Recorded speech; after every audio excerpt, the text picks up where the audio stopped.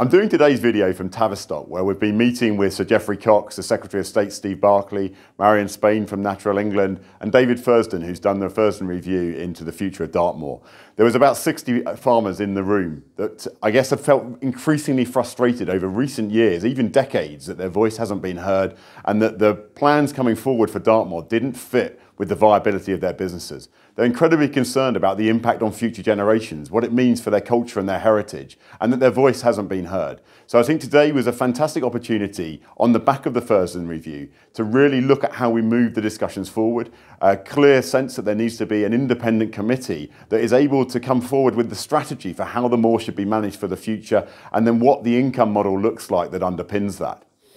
Earlier on in the week, I was at the City Food Lecture, and there's some common themes between the Dartmoor meeting and the City Food Lecture. The importance of long-term partnerships. We all know that farming is a generational investment. It's not something that works on short-term policy. It's not something that works on short-term contracts. And the CEO of Sainsbury's, Simon Roberts, was talking about long-term partnership and collaboration, which is a real shift from where we've been in the past. I hope that he's able to deliver the commitments that he made earlier in the week, and I look forward to furthering conversations around how we implement core standards and whether they are willing to support our ask of government to make sure that we can't be undermined by food imports that are produced to lower standards than we do here.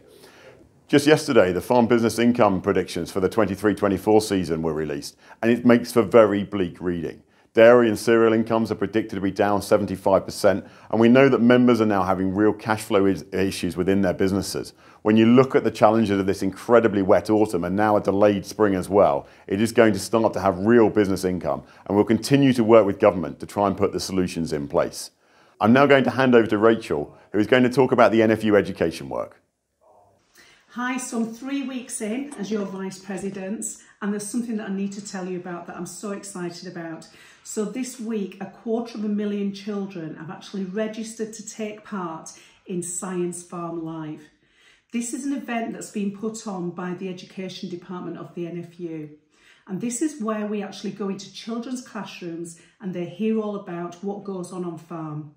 Whether it's about caring for animals, whether it's about farm machinery, growing plants, even working with vets. This is all based about science and what it actually means on farm.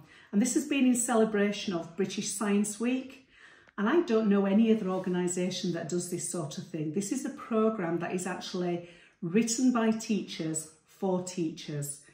And just to take it a step further, I'd love more and more people to come forward and be speakers for schools, because we need to hear your stories. We need to see you going into schools and telling them what it is that you do for our future. I'd like to thank you all for listening to this week's vlog and assure you that we continue to work on your behalf.